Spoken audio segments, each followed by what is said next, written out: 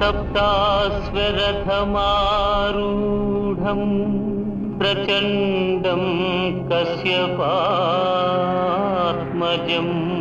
श्वेतपद्मधरं देवं तं सूर्यं प्रणमाम्यहं तं सूर्यं प्रणमाम्यहम्. పూర్వ పశ్చిమ దిశలలో ఉదయించడం అస్తమించే సూర్య భగవానునికి ప్రార్థన చేసేటప్పుడు అధర్వణ వేదం చెప్పింది, భగవంతుడా నువ్వు ఏ దశలో ఏ దిశలో ఉన్నా మాకు రక్షణ కలిగించాలి. కాబట్టే సూర్యుడు ఏం చేస్తున్నాడు, సాయంకాలం కాగానే తన తేజస్సు అగ్నికి అప్పచెప్తున్నాడు, వరుణు లోపల తాను చేరుతున్నాడు. ఉదయం కాగానే తాను మళ్ళీ బయటికి వస్తున్నాడు, అగ్ని జలప్రవేశం చేస్తున్నాడు. ఇది ఈ కారణం చేతే మన పెద్దలు సూర్యోదయం అవుతుండగానే స్నానం చెయ్యండి, తెల్లవారుతుండగా తెల్లవారుదాముని చాలా శ్రేయస్కరము అని చెప్పారు. కారణం ఏమిటంటే తెల్లవారుదాముని నీటి లోపల సౌరశక్తి, అగ్నిశక్తి, వరుణశక్తి ఉంటుంది. ఇది కారణం. పైగా వేదం కూడా చెప్పింది, ఒక ఇంటిలో వేదవేద్యులైన వాళ్ళు ఇద్దరున్నప్పుడు ఒక్కడనే గౌరవిస్తే ఇద్దరికీ కోపం వస్తుంది అని. తెల్లారిపోయిన తర్వాత స్నానం చేశామనుకోండి, అప్పుడు ఏమైంది, సూర్యుడు బయటకు వచ్చేసాడు. మనం అగ్నిని వరుణ్ణి గౌరవించిన వాళ్ళు అయ్యాం, సూర్యుని గౌరవించలేం. అలాగే రాత్రిపూట స్నానం చేస్తే సూర్యుని అవమానపరిచినట్టే మళ్ళీను. ఎంచేత రాత్రి 9 తరువాత తెల్లవారుదామున 4 లోపల ఎట్టి పరిస్థితుల్లో స్నానము చెయ్యకూడదు, నియమవది. రాత్రి 9 తర్వాత తెల్లవారుదామున 4 గంటల లోపల నీళ్ల మీద అధికారం ఎవరిది అంటే యక్షులది, గంధర్వులది, రాక్షసులది. ఆ సమయంలో తప్పు చేయడానికి వీల్లేదు. ఒకసారి ఈ పెద్ద మనిషి ఉన్నాడు నందుడు, తెల్లారిపోయిందనుకుని యములోకి వెళ్ళాడు, తిన్నగా పోయాడు పాపం వనలోకానికి. ఏదో కృష్ణుడు ఉన్నాడు కనుక బతికి పట్టగట్టాడు, కానీ లేకపోతే ఎక్కడ కుదురుతుంది అనగానే రామాయణంలో ఘట్టం ఉంది. భరతుట్ట తెల్లవారుదాముని కంటే ముందే వెళ్ళి స్నానం చేసేవాట పాపం. మరి తప్పు కాదా? భరతుడి కారణం వేరు. భరతుడు కాస్త తెల్లవారుదామున స్నానానికి వెడితే అప్పటికే నిద్ర లేచిన ఆడవాళ్ళంతా చూసి దుర్మార్గుడు, ఇతని మొహం చూసాం పొద్దున్న, నేను ఇతని వల్లే కదా రాముడు అడవికి పోయాడని తిడతాని భయపడి అపరరాత్రి వెళ్ళి స్నానం చేసి వచ్చేవాట. అది లక్ష్మణస్వామి బాధపడ్డాడు. కథన్ను అపరరాత్రేషు సరయూం అవగాహతి అన్నాడు ఆయన. ఇదిగో ఇలాగా మనం చేసే పొరపాట్లన్నింటినీ కూడా రక్షించేవాడు సూర్యుడు, రక్షించాలయ్యా అని ప్రార్థన చేశారు. జ్యోతిర్గణానాం పతయే, ఇది తరువాతి నామము 84వది. ఓం జ్యోతిర్గణానాం పతయే నమః. జ్యోతిర్గణములు ఎక్కడ ఉంటే అవన్నీ కూడా సూర్యాంశ, పరమాత్మాంశ. భగవద్గీతలో చెప్పుకున్నాడు, ఎక్కడెక్కడ ఏ ఏ కాంతివంతమైన రూపం ఉంటుందో ఆ కాంతి నా వల్లే వచ్చింది. త్యాగరాజస్వామి అంటారు, పరమాత్ముడు వెలిగే ముచ్చట గనరే అఖిలాండ కోటులట బ్రహ్మాండములట అట అట అట అంటూ ఎంత ఆనందపడిపోతారు ఆయన. అదిగో అలాంటి జ్యోతిర్గణములకు అధిపతి ఆయన. జ్యోతిర్గణములంటే ఇంకో అర్థం ఉంది, వాళ్ళు ముక్తులు, మోక్షం పొందిన వాళ్ళంతా జ్యోతి స్వరూపాల్లా ఉంటారు. హే జ్యోతి స్వరూప, నువ్వు కదా జ్యోతివి, కనబడు చీకటి మాయే కాదా, కన్నులకు వెలుగు నీవే కాదా అన్నారు సముద్రాల వారు. అగో అల్లాగా జ్యోతి స్వరూపులైన ముక్తులందరికీ కూడా అధిపతి ఆయన. ముక్తానాం పరమాగతి. కాబట్టే ముక్త అంటే ముత్యమని కూడా అర్థం ఉంది. అందుకనే బ్రహ్మోత్సవాల్లో ముత్యాల పందిరి వాహనం ఉంటుంది. ఆ ఒక్కొక్క ముత్యము సూర్యుని యొక్క కాంతితో ఉంటుంది. అది గమనించాలి మనం. అలాగా ముక్తానాం పరమాగతి. తరువాతి నామము దినాధిపతయే నమః. ఓం దినాధిపతయే నమః. ఇది 85వ నామము.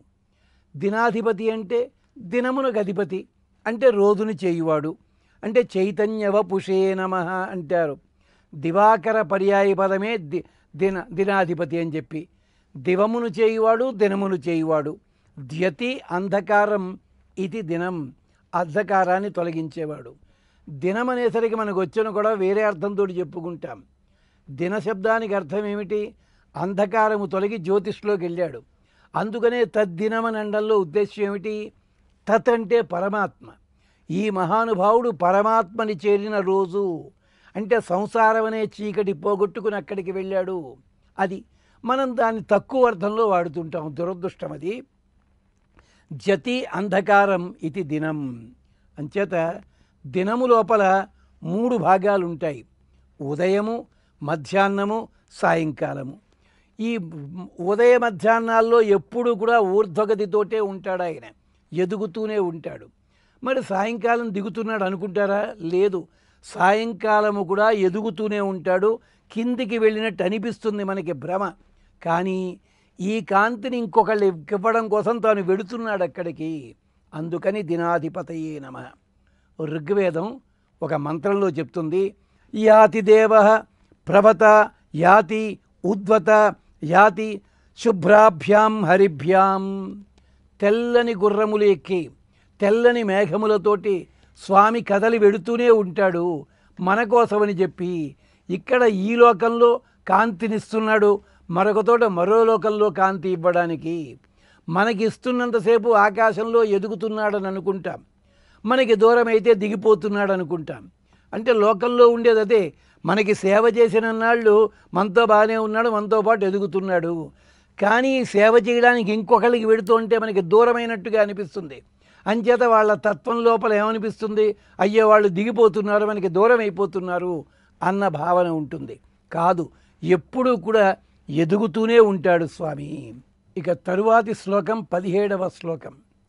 జయాయ జయభద్రాయ హర్యశ్వాయ నమో నమః. నమో నమః సహస్రాంశో ఆదిత్యాయ నమో నమః.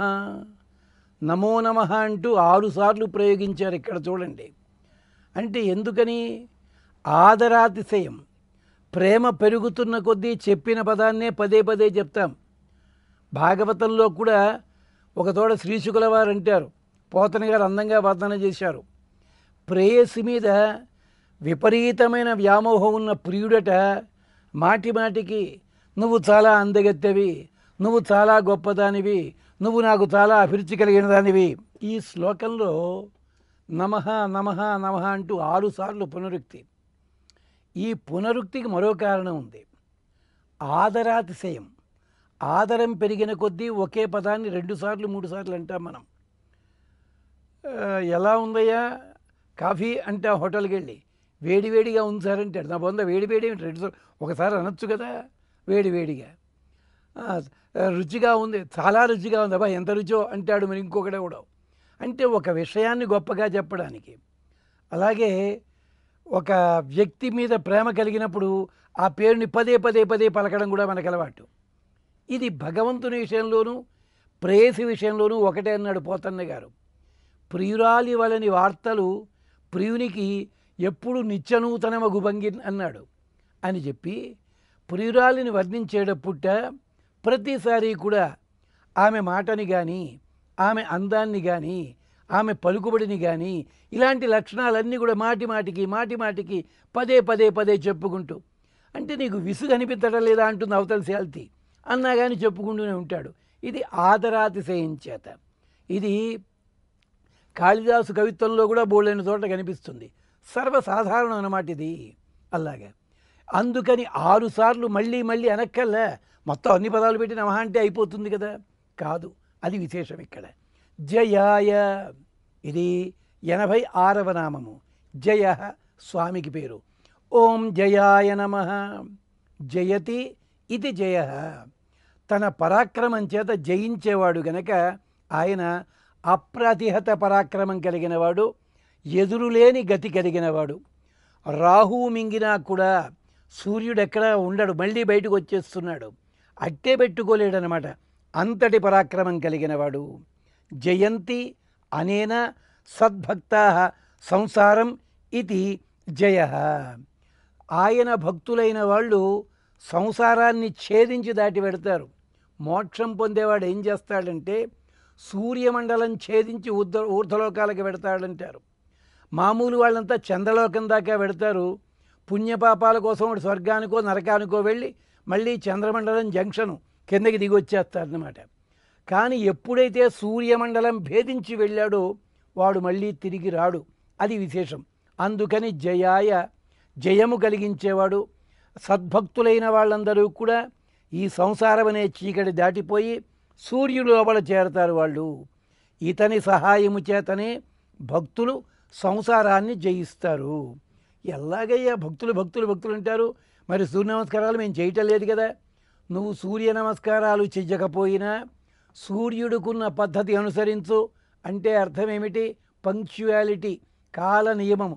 కాల నియమాన్ని పాటించవయ్యా నువ్వు సూర్య ఆరాధన చేసినట్టే. సూర్యుడు దయించే సమయాన్ని నిద్రలే సూర్యారాధన చేసినట్టే. సూర్యుణ్ణి తగిన పద్ధతి లోపల నమస్కరించు, అది కూడా అంతే. ఇలాగా సూర్య నమస్కారాలే చెయ్యక్కల్లా, సౌరయాగమే చెయ్యక్కల్లా. ఆఖరికి సూర్యుడికి సంబంధించి మనకి జయము కలగడానికి ఒక ప్రక్రియ పెట్టారు, పద్ధతులు పెద్దవాళ్ళు మనకి ఒక చోట. ఏమిటో తెలుసా? గాలిపటాల పండగ అని ఉంది. గాలిపటాల పండగ అంటే మన వాళ్ళంతా ఏమంటారు? చైనాలో సుప్రసిద్ధమైన పండగ పాహియాన్ హుయాన్సాంగ్ వాళ్ళు వచ్చినప్పటి నుంచి మన దేశంలోకి వచ్చింది అంటారు. నీళ్లు బంగారంగా నువ్వు ఎంతసేపు ఇతర దేశాల వాళ్ళ ఎంగిలి బుక్కల పట్టుకు తిరుగుతావే. గాలిపటాల పండగ భారతదేశంలో ఉంది. ఎప్పుడో తెలుసునా? సంక్రాంతి నాడు గాలిపటాలు ఎగరేస్తారు. ఎందుకు ఎగరవేయాలి? దానికి ఒక పెద్ద కథ ఉంది. సంక్రాంతి నాడు సౌరయాగం చేస్తారు. సూర్యుణ్ణి అర్చన చేస్తారు. సూర్యుణ్ణి అర్చన చేసి సరిగ్గా 12 గంటల వేళ సూర్యుణ్ణి తదేకంగా చూస్తూ వేళ్ళని తమాషాగా మడుస్తారు. మడిచినప్పుడు 2 వేళ్ళు కలిపినప్పుడు మధ్యలో రంధ్రములా ఏర్పడుతుంది. అదొక ప్రత్యేకమైన ప్రక్రియ. ఆ వేళ్ల సందుల్లోంచి సూర్యుణ్ణి చూచి కంటికి కాంతి వచ్చిన తర్వాత కొంచెం చురుకుదనం అనిపిస్తే అప్పుడు చేతులు విడగొట్టి ఫట్ అని చెప్పి చప్పుడు చేస్తారు. ఇది సౌరయాగంలో ఒక మార్గం. ఇదే తరువాతి కాలంలో ఏమైంది? గాలిపటాల పండగ కింద మారింది. ఎంచేత పల్లెటూళ్ళి వాళ్ళు కూడా యజ్ఞయాగాదులు చెయ్యక్కర్లేకుండా సూర్యుణ్ణి తదేకంగా చూడడానికి గాలిపటాలు ఎగరేయండి. గాలిపటానికి సంస్కృతంలో పతంగం అని పేరు. పతంగం అంటే సూర్యుడని కూడా అర్థం ఉంది. ఏమిటి దీంట్లో అంతరార్థము అంటే గాలిపటము, దానికి కట్టిన దారమే సూర్యకిరణము. తదేకంగా సూర్యుని చూస్తారు. ఏమిటయ్యా ఈ గోళంతా దేనికోసం వచ్చిందంటారా? మనకి వర్షాకాలము, శీతాకాలము 4 నెలల పాటు సూర్యుడి కాంతి మన శరీరానికి తగినట్టుగా లేదు, తక్కువ వచ్చింది. వర్షాకాలంలో వర్షం కారణం చేత, శీతాకాలంలో పగటిపూట తక్కువ, రాత్రిపూట ఎక్కువ. తద్వారా సూర్యకాంతి మన శరీరానికి రాలేదు. తరువాత రాబోతోంది వేసవి కాలము. వేసవి ఉన్నట్టుండి సూర్యకాంతి లేనివాడు వేసవిలోకి వెడితే వడదెబ్బ కొడుతుంది వాడికి. అది అందుకని సంక్రాంతి నాడు సంక్రమణం జరుగుతుండగా సూర్యకాంతి తదేకంగా చూడగలిగితే రాబోయే వేసంకాలానికి రోగనిరోధక శక్తి పెరుగుతుంది. ఎంత ఉంది గొడవ. అందుకని జయాయ, మనకి జయాన్ని అలా కలిగిస్తాడు. అంటే మన సాంప్రదాయంలో ప్రతి ఒక్కటి కూడా లౌకికము వైదికము రెండూ కలుస్తున్నాయి. అంచేత సద్భక్తా, భక్తులైన వాళ్ళంతా ఇతని కారణం చేతనే సంసారాన్ని జయిస్తున్నారు. అంటే సౌరశక్తిని పూర్తిగా పొంది ఆ సౌరశక్తితోటే దీపాలు వెలిగించుకోండి. ఇంత విజ్ఞాన శాస్త్రవేత్తలు చెప్తేనే వింటారు వీళ్ళు. మన సాంప్రదాయంలో చెప్తే ఎవడో వినడనమాట. ఉదయాన్నే లేచి వ్యాఖ్యాలకి వెళ్ళండి అంటే వినడు. డాక్టర్ ఎవరో చెప్తే అప్పుడు బయలుదేరుతాడు. వాడి ఇంటి దగ్గర బయలుదేరి కారులో బయలుదేరి 5 కిలోమీటర్లు వెళ్ళి అక్కడెక్కడో నడిచి 15 నిమిషాలు మార్నింగ్ వాక్ వెళ్ళొచ్చానంటాడు. అంటే 5 కిలోమీటర్లు వెళ్ళడానికి పెట్రోల్ ఖర్చు దండగా. అంటే 30 కోడి పిల్లకి 3.5 పంది పిల్ల దిష్టి అన్న సామెత. ఇలాంటివి వింటాం మనం. మన ఇంటి దగ్గర సూర్యకాంతిలో నడవచ్చు కదా. ఎక్కడ ఓపిక మనకి. జయాయ, ఇతని సహాయము చేతనే భక్తులంతా సంసారాన్ని జయిస్తారు. అలాంటిది సంసారాన్ని జయిస్తారంటే ఇతని సహాయం వల్లనే అర్జునుడు యుద్ధం గెలిచాడు కదా. అదే అన్నాడు అర్జునుడు. సంబరం చూడాలండి. కృష్ణుడు అన్నాడు నీ రథార్థిగా నేను ఉంటానన్నట్ట. అంటే ఎంత ఆనందపడ్డాడో. సారథి అంట వేదముల సారము శౌరి, తదంగ్రి భక్తి చెన్నారెడు క్రీడి రధికుడవునట, భవాదులు శస్త్రాపదేష్టలట, ఇక సంకరమందు ఎవడాగదాలెడిన్ అన్నాడు. కృష్ణ పరమాత్మ సూర్యమండల అంతర్వర్తి అయిన పరమాత్మ నాకు రథసారథిగా ఉన్నాడు. ఆయన పాదాల దగ్గర పడి ఉండాల్సిన నేను పైన నిలబడి ఉన్నానా? ఇక నాకు ఉపదేశించిన వాళ్ళు ఎవళ్ళు? ఇంద్రుడు, పరమశివుడు, పరశురాముడు ఇలాంటి వాళ్ళు నాకు అస్త్రోపదేష్టలు. ఇక నాకేం భయం అన్నాడు. అంటే భగవంతుణ్ణి నమ్మినట్టయితే అతడు మనని సక్రమంగా దారి చేరుస్తాడు. సప్తాశ్వరథమారూఢం ప్రచండం కశ్యపాత్మజం శ్వేతపద్మధరం దేవం తం సూర్యం ప్రణమామ్యహం తం సూర్యం ప్రణమామ్యహం.